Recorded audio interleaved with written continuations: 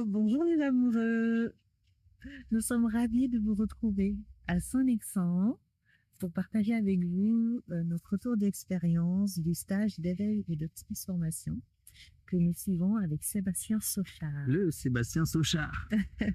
Donc Sébastien Sochard est un éveillé qui a réalisé le soi et le non-soi et qui propose sur Internet des ateliers d'éveil et de transformation le dimanche et le samedi, des séances, des questions-réponses appelées Pourquoi je, pour aller voir au niveau de l'inconscient en fait quels sont les blocages et ce qu'on aimerait améliorer dans la vie. Donc, Sébastien, oui, Sébastien, c'est un clairvoyant en fait. Et quand on a affaire à lui, il vient sonder notre inconscient et trouver les réponses à nos questions les plus intimes.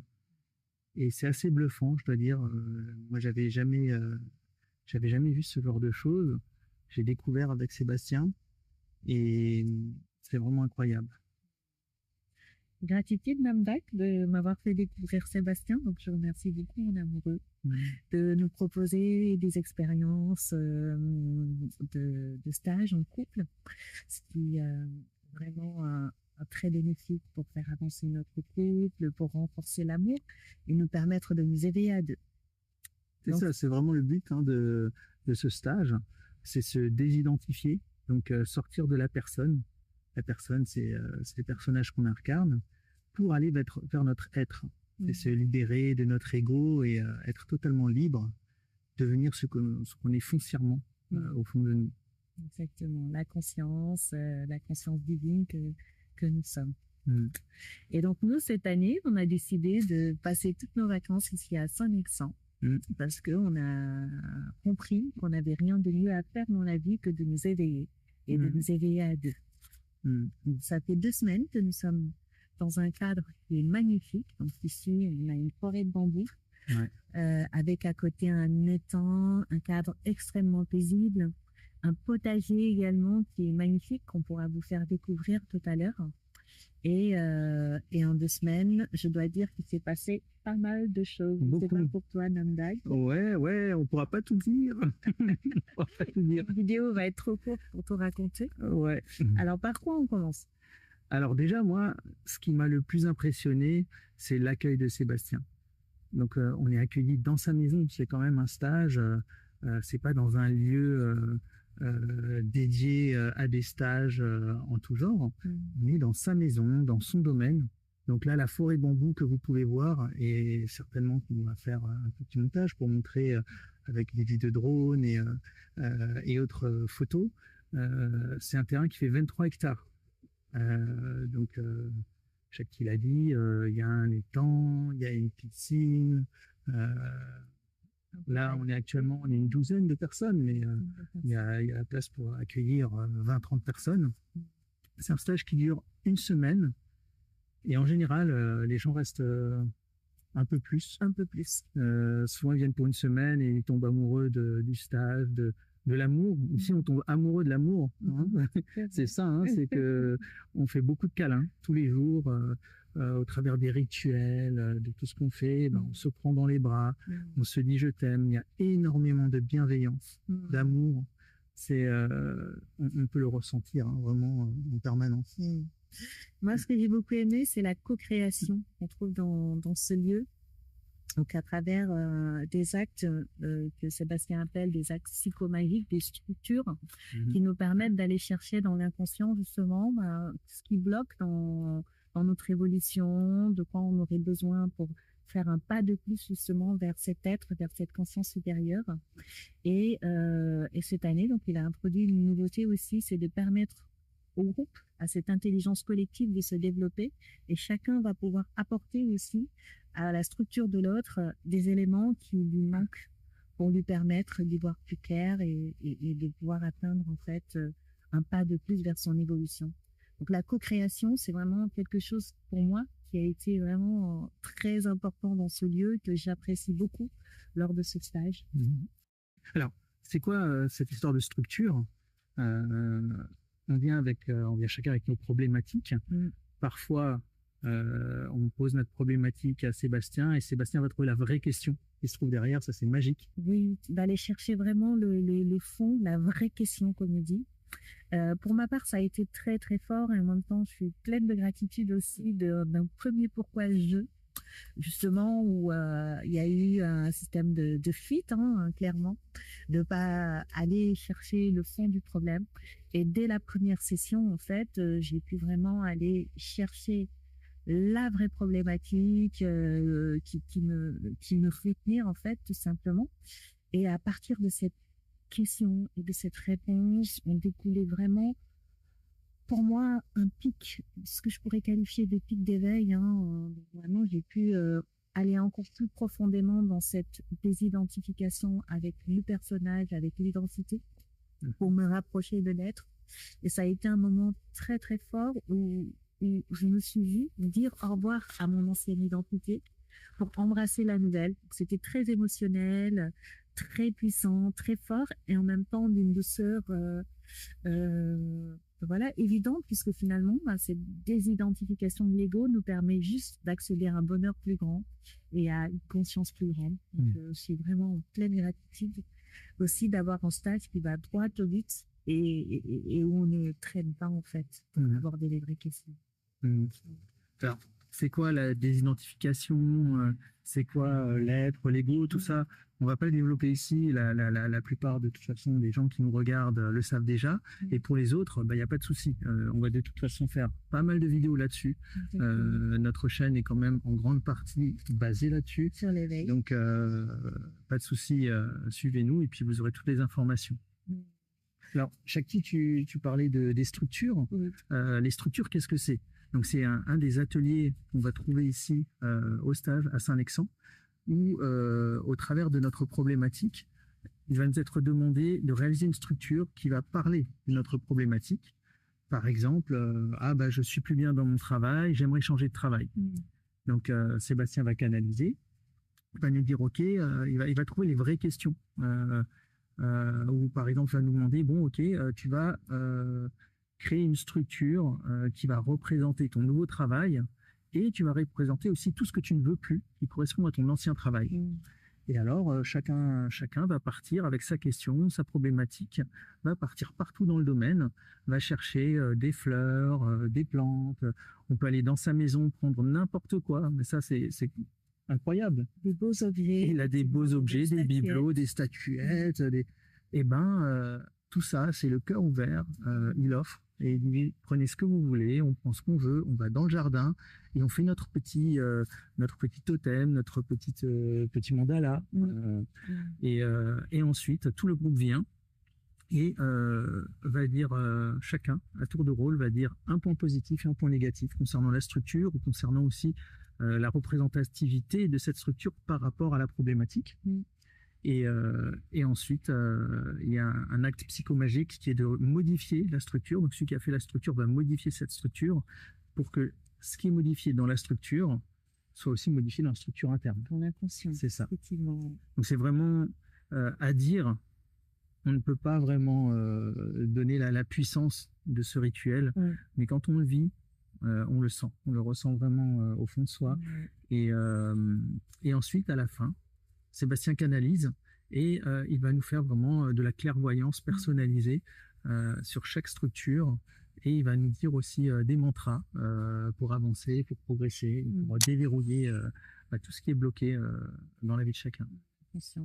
Des affirmations positives qui sont très très puissantes et comme tu le disais, c'est un atelier qui est très pratique, la structure.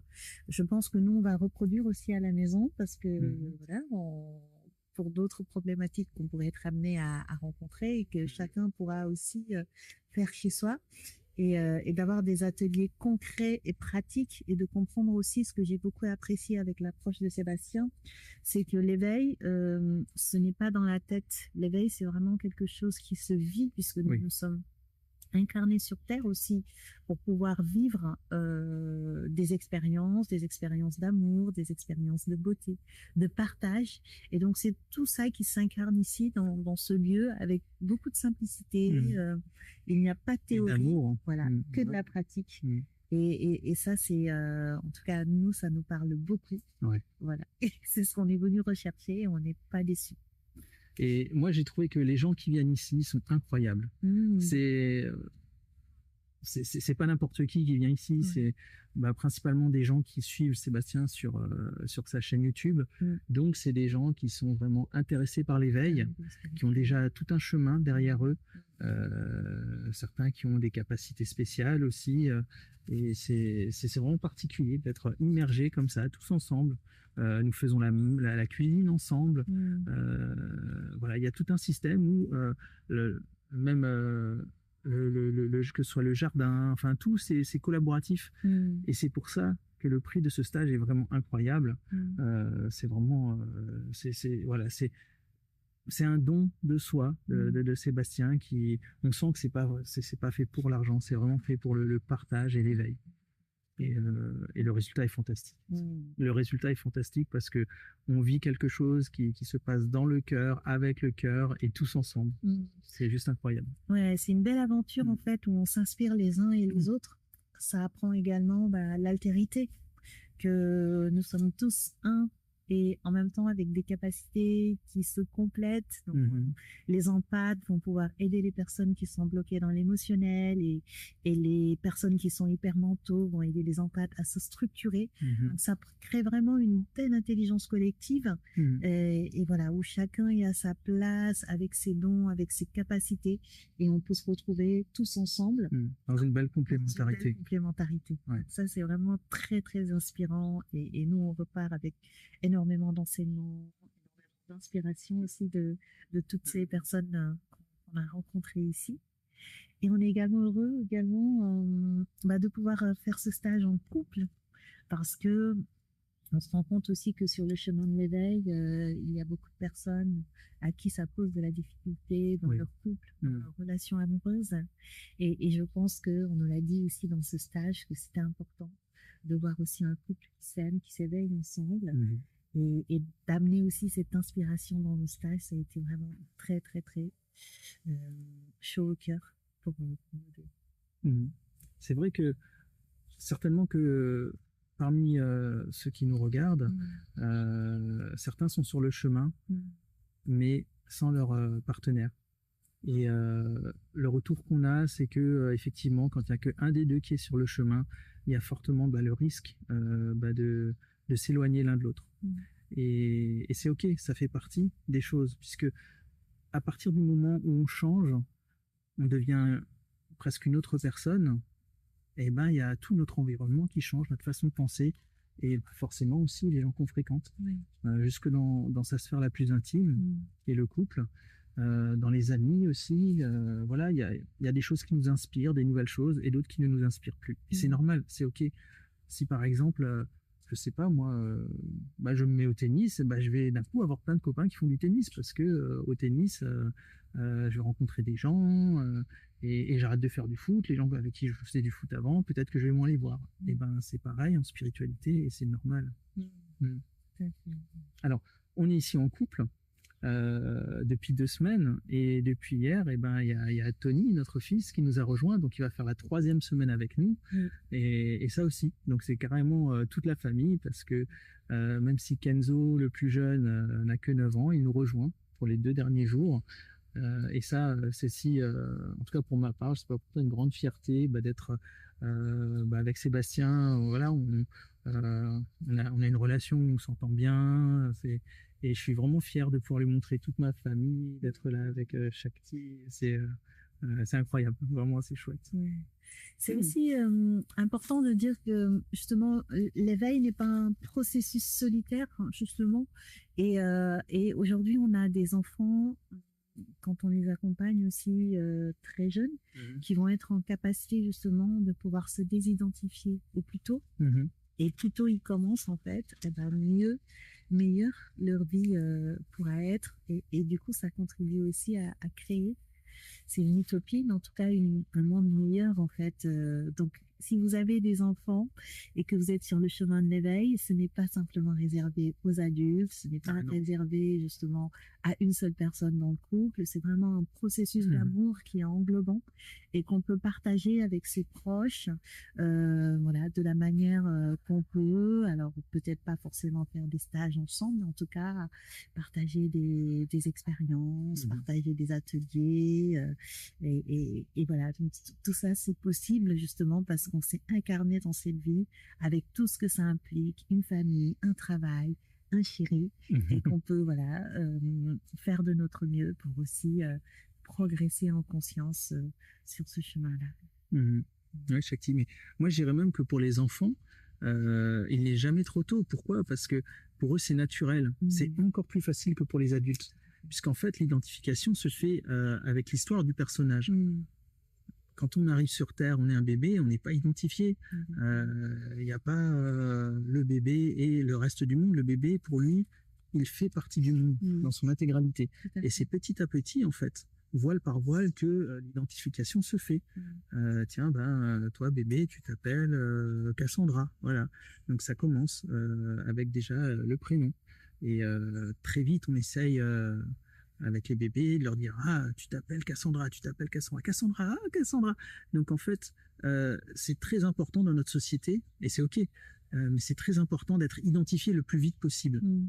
Et finalement, on va peut-être un peu trop loin, et du coup, on rentre dans une dualité où il y a soi et le reste du monde. Et il y a ma personne, mes objets, ma maison, ma voiture, attention, touchez pas à ci, touchez pas à ça. Et du coup, en fait, ça crée une société où on est un petit peu les uns contre les autres, alors que c'est tout le contraire. En réalité, on est les uns avec les autres, pour les autres. Et si on arrive à changer la société pour aller vers ça, et c'est ce qui se passe, et c'est ce qui va se passer. C'est le but en fait. Tout à fait. Et donc ça me permet aussi de partager quelque chose qui est assez rigolo dans ce stage, c'est que quand on arrive, donc on arrive chacun avec les prénoms qu'on a reçus à la naissance par nos parents, et donc sur place on peut aussi se connecter à son nom d'être, donc le nom qui nous parle vraiment par rapport à ce qu'on est intérieurement, par rapport à sa conscience. Et donc, ça donne aussi des changements de nom, des changements d'identité aussi qui vont être engrammés finalement dans notre... C'est pour accompagner ce changement que Sébastien propose, le changement de nom. De nom, exactement. Et c'est très... oui, c'est très parlant en fait de se rendre compte que parfois l'identité qu'on a reçue à la naissance, le conditionnement ne correspond pas à notre être intérieur, et de pouvoir ici s'exprimer avec voilà, toute la profondeur de notre être, c'est quelque chose de magique et de très fort. Alors, juste un mot, j'avais dit que j'en parlerai pas, mais l'identification, c'est quoi? C'est pas seulement le prénom, mais c'est toute notre histoire. C'est voilà, je suis un tel, j'ai vécu ça avec mes parents, mes traumatismes c'est ça. Pour certains, le travail. Voilà, le travail. Certains vont même aller chercher dans des vies antérieures. On m'a dit que j'ai vécu ça. Et l'être, c'est le contraire en fait. C'est la liberté totale. C'est se libérer complètement de toutes ces chaînes, ces programmes qui sont engrammés à l'intérieur. Et du coup, en fait, on vit dans le moment présent. On n'est plus sur des traumatismes passés. On quitte aussi l'avidité de je veux ça dans le futur. On est dans le moment présent. Et dans le moment présent, finalement, qu'est-ce qui peut arriver de mal? Rien. Il peut rien arriver de mal en fait. Dans le moment présent, on quitte la souffrance, et c'est ça. C'est vraiment ça, être dans l'être. C'est aussi, et c'est ça c'est pour ça que c'est tellement chatoyant d'aller vers l'être, c'est qu'on quitte la souffrance. Oui, tout à fait. Et on quitte le temps. C'est bien que tu parles du temps, parce que comme tu me disais, nous ça fait 2 semaines qu'on est ici, et 2 semaines de moment présent où voilà, on n'a pas notion du temps qui passe. Le temps passe à une vitesse, à la vitesse en fait qui doit passer tout simplement. Mais en tout cas voilà, ce rapport au temps qui est très très différent dans cet espace là, où on vit chaque moment intensément, où on prend le temps également de faire les choses, de cuisiner ensemble, de manger ensemble, de faire du yoga, de méditer, de vraiment être dans son être, effectivement. Et c'est quelque chose de très libérateur et de très doux. De très doux. Ouais.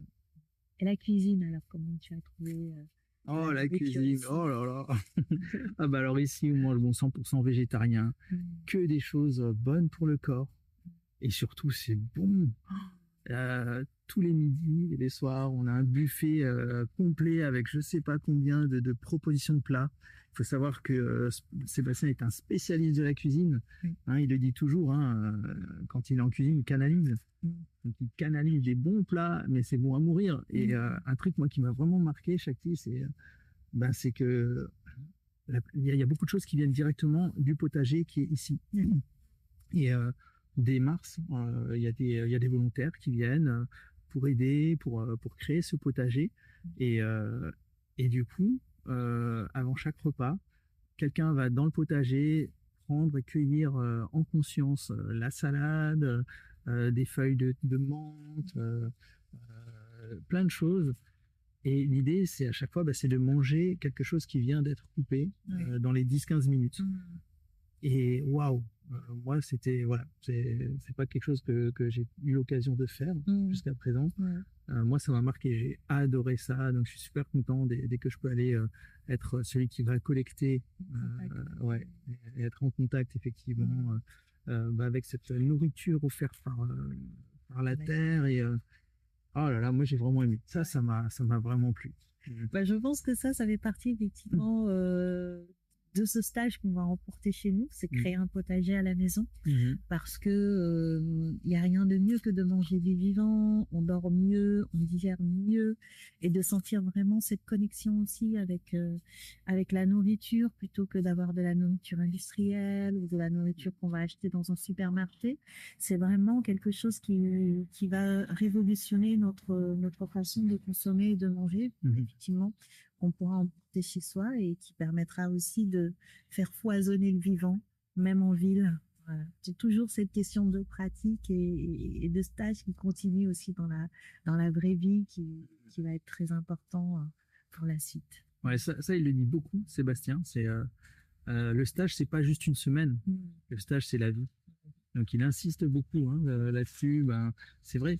Quand on vient à un stage et qu'on repart et qu'on reprend la vie de la même manière, métro, boulot, dodo, et que quelque part, pendant une semaine, on se dit ah c'est merveilleux, et puis après plus rien, et c'est dommage. C'est dommage. Et Sébastien l'a bien compris, il insiste beaucoup dessus, et je trouve ça vraiment chouette. Mais ce stage, enfin moi je trouve que ce stage est vraiment complètement atypique et unique. Et unique au monde. Au monde. Parce que déjà les gens qui ont réalisé le non-soi sont très très rares sur la planète. Les gens qui sont éveillés, il y en a beaucoup. Les gens qui ont réalisé le soi, il y en a énormément. Mais là on est sur autre chose. En plus avec Sébastien qui est clairvoyant, c'est pas juste des rituels comme on a pu voir déjà dans d'autres stages avec Shakti. Il y a quelque chose vraiment en plus. C'est un être clairvoyant qui, en plus du rituel, vient sonder notre âme et nous guider sur le chemin. C'est nous connecter à notre inconscient, parce que finalement l'inconscient peut être tellement fort. Des fois on peut être conscient de certains de nos réactions, de certains de nos conditionnements, mais il y a toujours une part d'inconscient aussi dans notre façon d'être, et sa façon de se connecter avec tellement d'amour et de bienveillance aussi à cet inconscient qui des fois peut avoir des résistances, peut justement ne pas reconnaître le problème entre guillemets, et lui il arrive vraiment à nous faire atteindre justement cet inconscient, à nous le faire aussi modifier pour qu'on puisse, comme on disait, accéder vraiment à notre véritable être. Et ça, c'est un vrai cadeau. Donc, beaucoup de gratitude à Sébastien pour ce qu'il offre ici, dans cet espace d'amour, de bienveillance et de partage. Mhm. Et le stage n'est pas fini Le puisqu'on stage a n'est pas encore fini, ouais. une semaine de stage Ouais. qui va arriver et avec plein de réalisations puisque voilà, aujourd'hui on a le recul aussi de savoir que chaque semaine nous fait gravir un pas de plus vers notre être. Mhm. Alors nous, au bout de 2 semaines, on est immergé dedans, du matin au soir, dans l'amour, dans la communication non violente, dans les câlins. Et vu de l'extérieur, on pourrait se dire, enfin moi, avant de venir, je savais que c'était comme ça. Et je me dis, oh là là, est-ce que ça va me convenir là on se prend tout le temps dans les bras, tout ça. C'est magnifique. Ouais, aucun problème, aucun problème. C'est juste magnifique. Et moi, j'ai senti la différence parce qu'aujourd'hui, il y a les nouveaux arrivants qui arrivent. Et nous, on est tellement dedans, on est habitué à se prendre dans les bras, à se faire des bisous, à se dire je t'aime. On se dit tout le temps je t'aime à tous. Homme, femme, peu importe. C'est un je t'aime d'être à être. C'est pas un je t'aime amoureux. Ça n'a rien à voir. C'est un je t'aime amoureux de la vie. et là, il y a notamment 2 personnes qui sont arrivées avec qui j'étais déjà en stage, en webinaire avec Sébastien.